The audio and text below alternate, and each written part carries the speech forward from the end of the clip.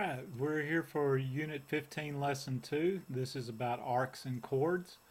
As I've been telling you in the previous lessons, make sure you got a piece of paper and something to write with so that if you've got any kind of questions, you'll be ready to write them down and bring them to class tomorrow, which we will discuss before we do any kind of work.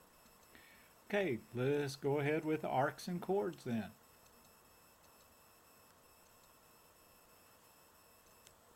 Okay, the first thing is the definition of a chord. A chord of a circle is a line segment with two endpoints on a circle. So this means it goes from one side of the circle to the other side of the circle. The one that you're most familiar with most likely is the diameter. That is always the longest chord. Okay, so let's take a look and see what we got. Here's a picture of a chord up here. This is not a diameter because it does not go through the center of the circle. So as you can see, chords do not have to be a diameter, but they may be. Okay, so here's a theorem, which once again is just a tool to keep us from having to redo things from the beginning. And it simply says this: in the same circle or in congruent circles, two minor arcs are congruent if and only if their corresponding chords are congruent. So what they're saying here is this arc from A to B, this minor arc here, if that thing is if you have another circle and you have an arc of exactly the same length or the same size, then that means that the length of the chord that goes between the 2 points on the circle that make that arc will be exactly the same length. Okay, so this is what they're showing you here. If the two arcs are congruent, then the two chords are congruent that cut them off. Or if the two chords are congruent, the two arcs will be congruent.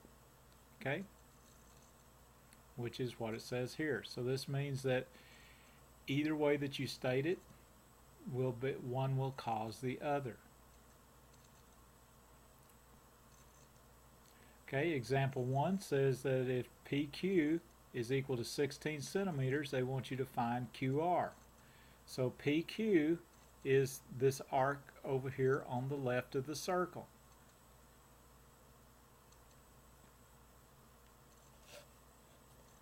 Like I was just telling you, PQ is this arc that's on the left side of the circle here. They're telling you that that is equal to 16 centimeters. They want to know what is the length of QR. Okay? So QR is going to be exactly the same because they told us this right here, or we're going to find this out right here. So we notice that QR has an arc measure of 155 degrees. We also see that PR has a measure of 50 degrees. So if we take 360, which is the total of the circle, if we can show that the arc PQ has the same measure as the arc QR, then we know that the length of PQ will be the same as the length of QR. Okay? So since the measure of PQ is equal to 360 minus 155 minus 50, which gives us 155 degrees, that means that since the arcs have the same measure, then PQ and QR are the same length on the triangle, so that means that that makes those both 16 centimeters.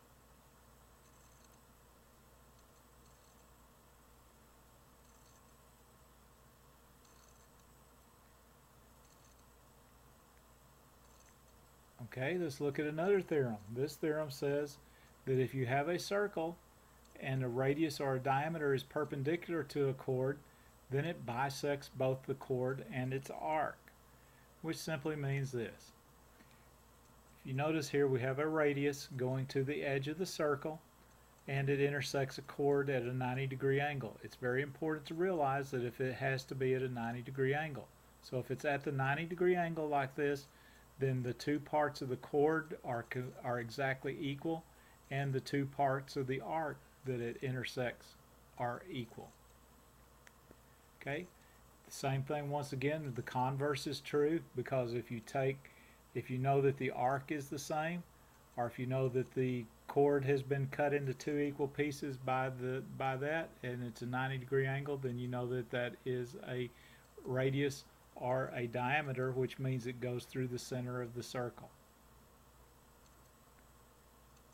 Okay, example 2 says if segment CB is perpendicular to segment AD, and we know that the length of CE is equal to 7 inches and the radius of the circle is 10 inches, what is the length of AD? Okay, so here's what we do. First thing we do is locate what we got. We know that CE, this section right here, is 7. We know that the radius of the circle, so from C to B, is 10. They want to know what is the length of this whole thing here, AD. Okay, well, the radius of the circle is 10, so that not only is C to B 10, but A to C is 10 and C to D is 10. Okay, so what this tells us is very simply this. Since we know that CE, which is this section right here, is 7 inches, and we know that this is perpendicular, then we know we have a right triangle here with this little small one, triangle ECD, or triangle ACE, whichever direction you want to go.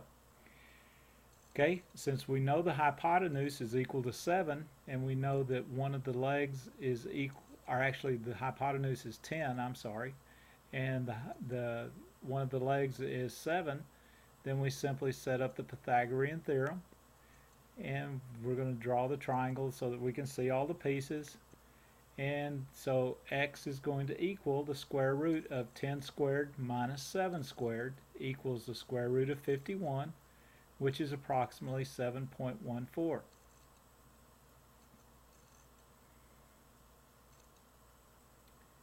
Okay, so that means that this piece right here from A to E is 7.14, and this piece from D to E is 7.14. So we take the 7.14 and multiply it by 2, which gives us approximately 14.28 inches.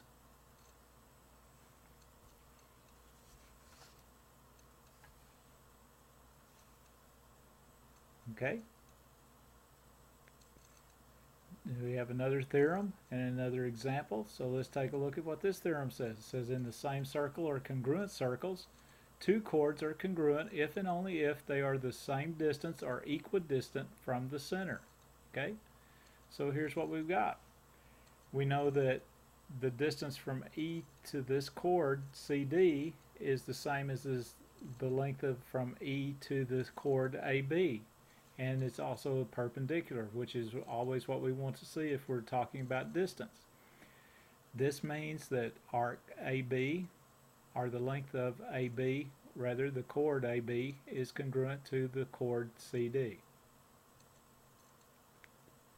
Okay, so what we've got here for example 3 says, if the length of EF is equal to 5, the radius of the circle C is 13, and CG is equal to 12, they want us to find the length of AB. Okay, so the first thing we would do is look and see what we got here. We know that EF is 5. We know that the radius of the circle, so from C to the point that's over here past F, is equal to 13. And from C to this point past G to the edge of the circle is also 13. And we know that from C to G is 12. Okay, so that means from G to the edge of the circle is 13 minus 12, which is 1. Okay, so if we need it, we've got that information also. They want us to find how long AB is. Well, here's the thing. What we want to do is to prove that these are the same distance away. So if you notice here, from C to D is a radius of the circle, so that's 13. Also, if we went ahead and drew this in here, from C to B would be 13, so we know that that's the same. So what we've got to do is construct it and see what we can get out of this. So here's what we know. We know that because this is perpendicular and it goes through the center of the circle, that ED is cut into equal pieces, and we know EF is 5, so that means FD is 5. So we draw this right triangle. We know this is 5, this is 13. So if we do the Pythagorean theorem, we're going to find that CF is equal to the square root of 13 squared minus 5 squared, because 13 is the hypotenuse and 5 is one of the legs. Then CF is going to equal the square root of 144, which is 12. Okay, since we already know that CG is equal to 12, That means that the two chords are the same distance away from the center, so this means that AG has to have the same measure as EF as well as BG.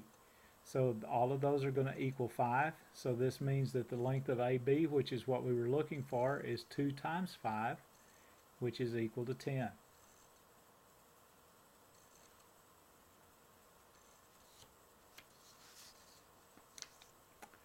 Okay, that wraps up Unit 15, Lesson 2.